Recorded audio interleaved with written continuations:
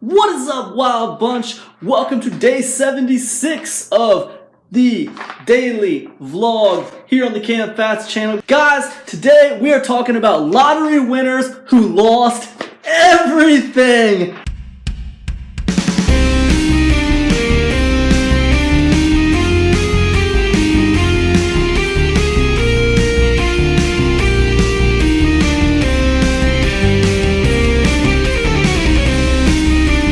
Before we do that, let me show you what I did today. Well, as you guys can see, it's another sunny day here in Ohio, and winter refuses to leave the building.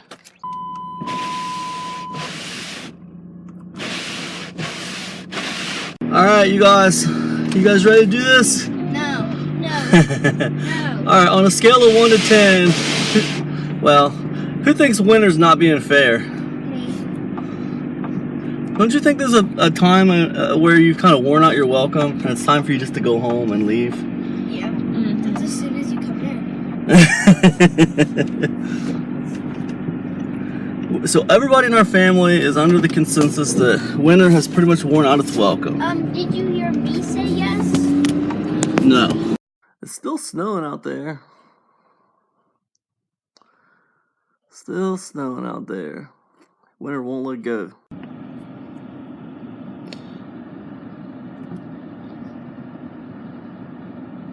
They're all does, you know? Well, here's a bird sitting on our fence. It's a big old robin. I mean, did you eat another bird? What'd you do? Did you eat a sparrow? Are you pregnant? I told you about them boys. That's a big robin, man. Hey, get off my fence, man. You're gonna break my fence. It's so big. Why is it there? I mean, it's just chilling. It's just chilling. Do you think we'll be able to make it to the door without it attacking us? I don't know. Wanting some food or something? Look at that daggone thing. It's probably just What are you doing? It's probably a robot spy. What are you doing, buddy? Oh, I think I scared him off.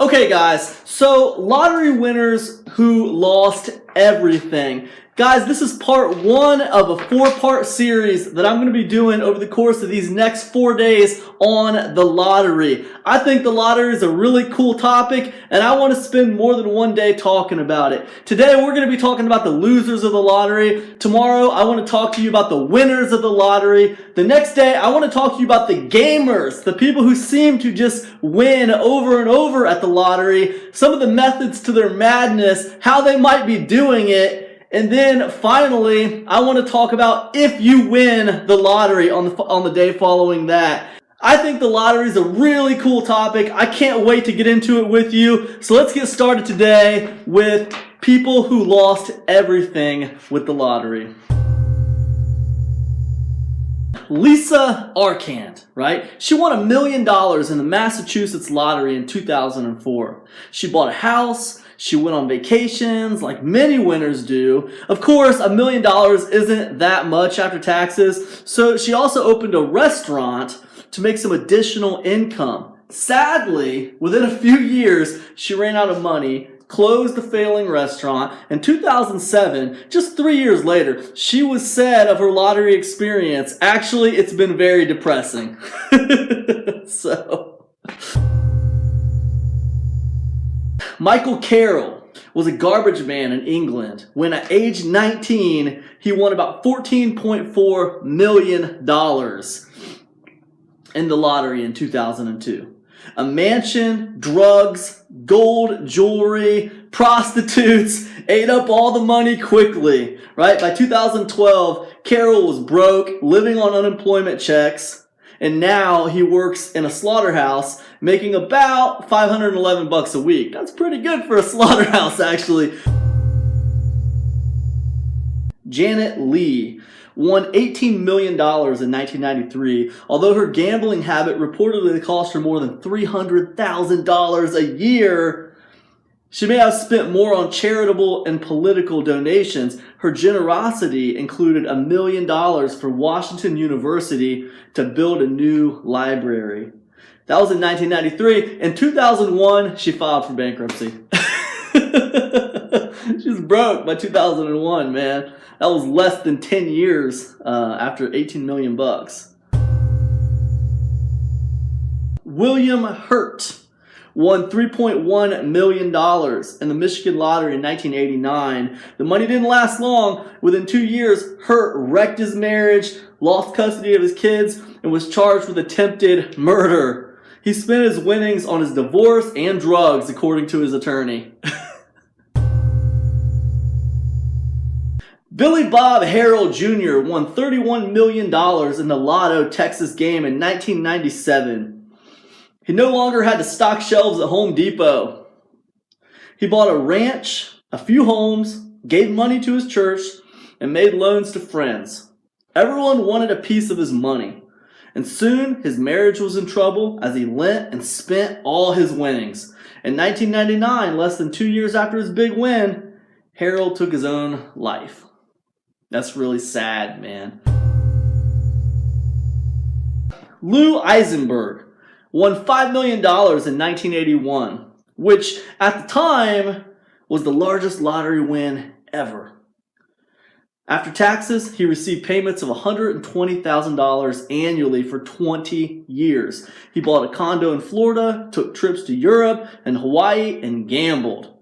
He also gave cash to whoever he figured needed it. Of his spending, he said, "I lived for the day." Shortly after cashing his last check in 2001, Eisenberg was broke. Now, 81 years old, he lives in a mobile home on Social Security and pension income, the amount to the about of $1,000 a month. Denise Rossi won $1.3 million in the California lottery in 1996.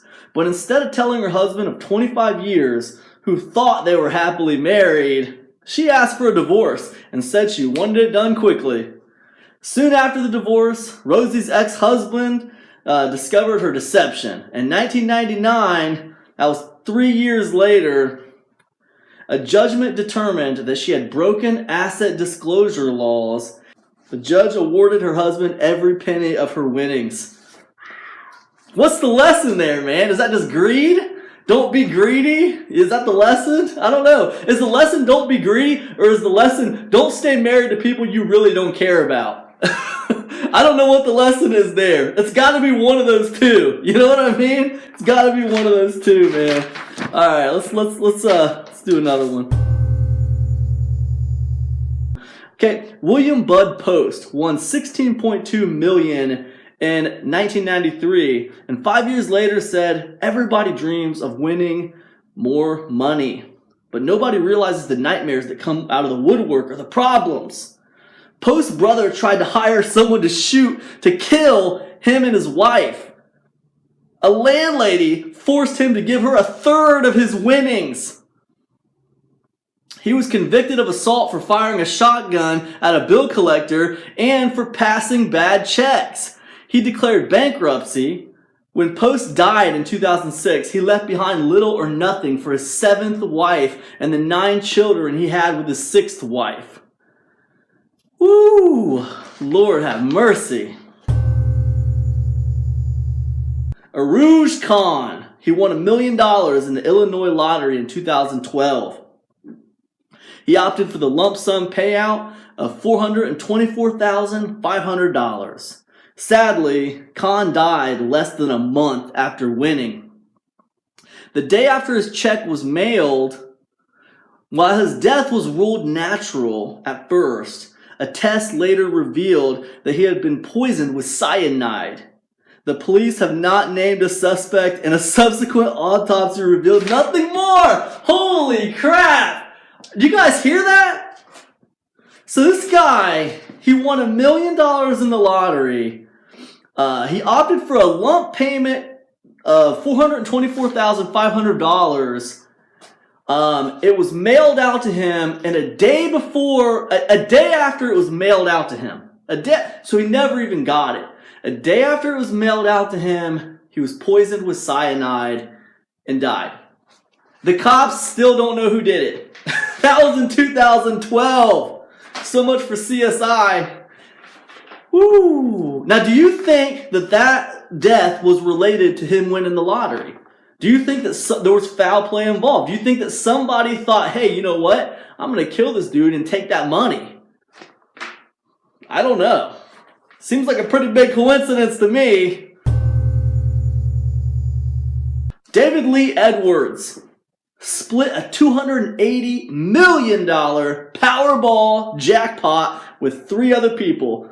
A win that came while he was unemployed, living with his parents in their basement. After taxes, he received a lump sum of $27 million.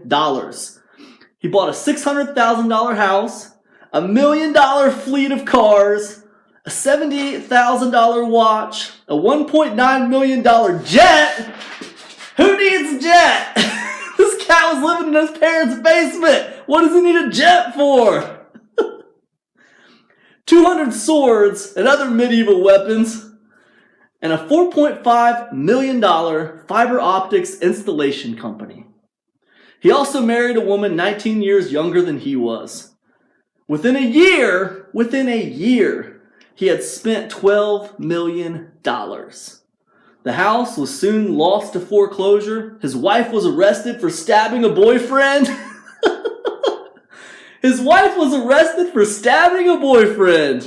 Dave died at the age of 58 in 2013, a year later. Wow, that's sad. Very sad. All right, last one, guys. Laura and Robert Griffith won 1.8 million pounds, $2.1 million today in the lotto in 2005. They bought a home for $790,000, along with a Lexus, a 4x4, and a Porsche convertible. Robert paid for his band to have a record made, and Laura splurged on designer handbags. They set up a beauty salon business. Then, 6 years later, Roger disappeared with the Porsche. Laura discovered suspicious emails on his computer. He denied having an affair, but the marriage ended. The money was gone, and now Laura is an employee at the salon they used to own. She's an employee at the salon they used to own. Winner, winner, chicken dinner! I couldn't imagine. So there's 11 cases of how the lottery just destroyed people's lives. There's a few things at play here, right?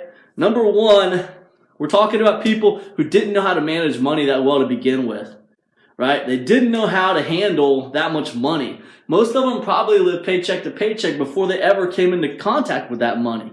They knew how to handle a certain amount of money. And when you just took the filter off, you took the gate off, just let them have all the money, they didn't know what to do with it.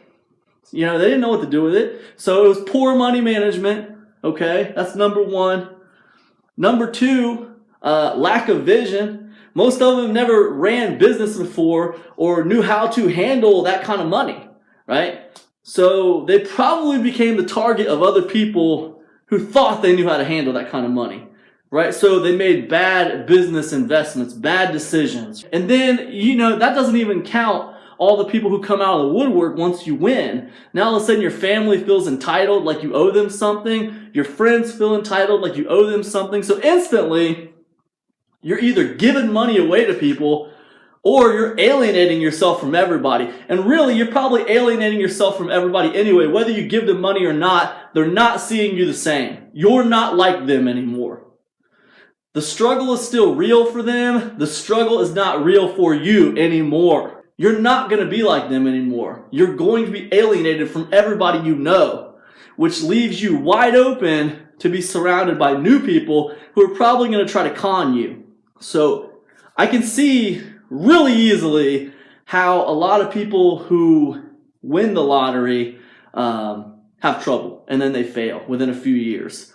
That being said, I do think it's very interesting how all you hear about is lottery winners who fail. What about the lottery winners who don't fail? That's what I want to know about. Because let me tell you something. If you give a bunch of people a bunch of money, not all of them are going to fail. At least some of them are going to be smart enough to hire people who know how to handle money. Okay? It doesn't take a rocket scientist to realize, hey, I'm not an expert with money. Let me hire a couple people who I can trust. Doesn't take an expert to figure that out. Tomorrow, our lottery series continues. We are going to be talking about people who have won and thrived, actually, with their lottery winnings. That's what we're going to be talking about tomorrow, guys.